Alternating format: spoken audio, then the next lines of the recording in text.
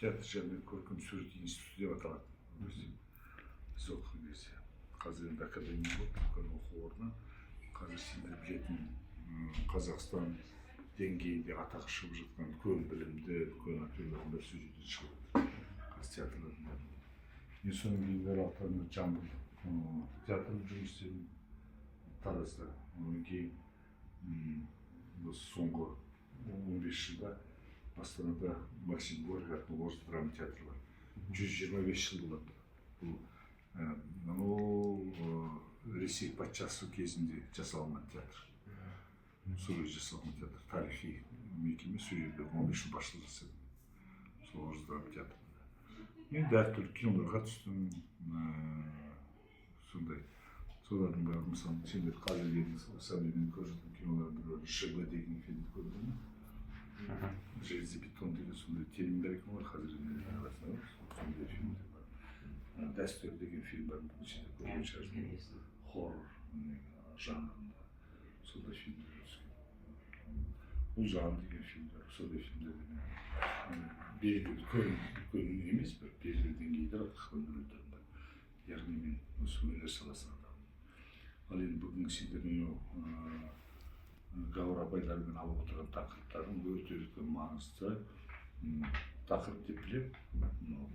Алаш азаматтарының өткен ғасырдың Совет үкіметінің құрылу қарсаңындағы қазақ мемлекетінің қалыптасуына қайраткерлердің еңбектерінің қаншалықты маңыздылығы бүгінгі күнге жаңа біздің болашақ үшін үлкен тақырып екенін мен байқап отырмын. Үлкен тақырып.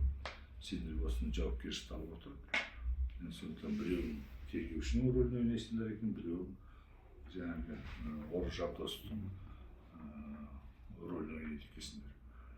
Сондықтан жауапкершілік өте үлкен. Тергеуші ретінде сенің мақсатың, мен жаңа саған ашып айттым. Сенің мақсатың мына Ораз Жандостың қылмыскер екенін дәлелдеп, өзіңнің мекемеңнің алдында жауап бересің. Сенің мақсатың сол. Оның ашу керексің, мойындату керексің. Оны алдайсың ба, ұрсасың ба, қорқытасың ба, шантаж жасайсың ба? Сен сонда өзің сөздердің астарынан сондай бір нелер табу керексің. Қисындарды келтіріп табу керексің. Так, онда неге солай болды? Сіз неге айтпай отырсыз? Қытай қазақтармен байланысты болыпсыз ғой. Оны неге айтпай отырсыз, мысалы? Сен біліп отырсың, оның бәрін біліп отырсың. Бұл айтпай отыр. Сен осының бәрін айтқызып, бұлардың бәрін не істеді? Бұлардың бәрі штампованы. Айтса астарына қол қойғызады да, жаңағыдай мен айттым, мен мойындадым дегізеді, аппарат ата береді. Ол заманы солай. Сондықтан сен соны неғұрлым айтқызуға тырыссаң, дәлелдеткізіп. Яғни онда сенің қызметің, жұмысың рост үлкен болады. Сенің мақсатың мүлдем басқа. Сенің мақсатың жаңадан құрылған, жаңа мемлекеттің жаңа структурасына өзіңнің ұлтыңның тілін мәселесін әкесі айтып отыр екенсің бұл жерде. Араласып кетпесін, қазақ тілі өзі бірыңғай болып қалсын деген сияқты. Содан кейін жаңағы ары-бері ауған қазақтарды тұрақтандыруға сен үлкен жұмыс жасап отыр екенсің. Сенікі просто осы мемлекетке қызмет. Сенікі де таза, адал қызмет. Сенікі де адал қызмет. Бірақ екеуің тапсырмаң екі бөлек. Сен айтасың, мен не істеп қойдым? Осы жұмыстар атқардым. Өзіміз қазақпыз ғой.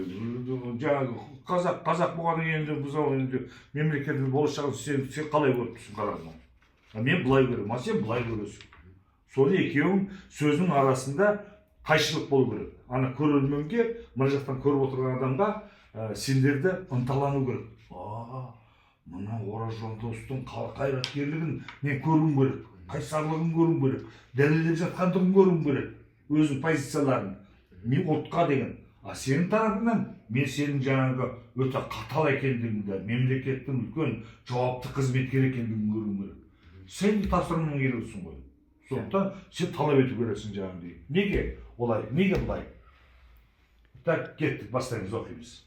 Мен анда спокойный тонмен айтып беремін ба? Мына жерде қазір тонда определить етеміз. Мынау өте содан кейін мынандай бір нәрсе театр несінде мынандай бір нелер болады. Әдебиеттен, көркем әдебиеттен оқысаң, ол жерде суреттеледі ғой. Бәрі де мысалы. Оны көркемдереді, сенің кіргендігің, сенің сыртқы киімің, сенің мінез құлқың, сенің қаншалық қиналғандығың, соның бәрі көркемделеді. А сахнада немесе кинода ол бір сәттік қана. Сен осы бір сәтте сенің бет бейнеңнен, үніңнен мен тез оқып үлгеруім керек.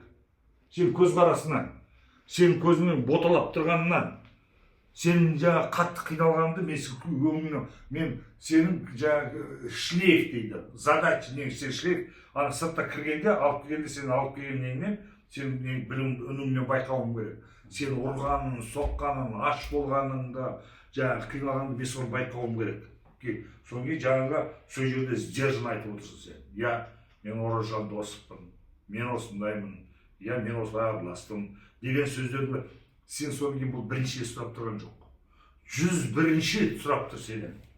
Қайта бір күнде 5 рет келіп сұрайсың. Сен мысалы сенің тапсырмаң мынаны талдырып, жаңағы қайта сұрақтармен талдырып, басқа бір нелер шығару керексің. А сенің мақсатың біліп тұрсың, жоқ, я, одан басқа ештеңе істеген жоқ.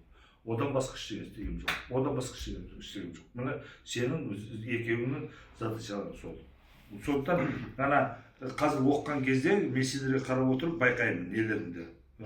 Мына қысқа ғана берілетін 2-3 минуттық нәрседе біз мына жақтан көрермен байқап қалуымыз керек. Оралжан, қандай термин деген сияқты. Сондықтан мүмкіндігімізше беруге тырысамыз. Мақұл? Ал кеттік. Бастан бастайық па? Бастан.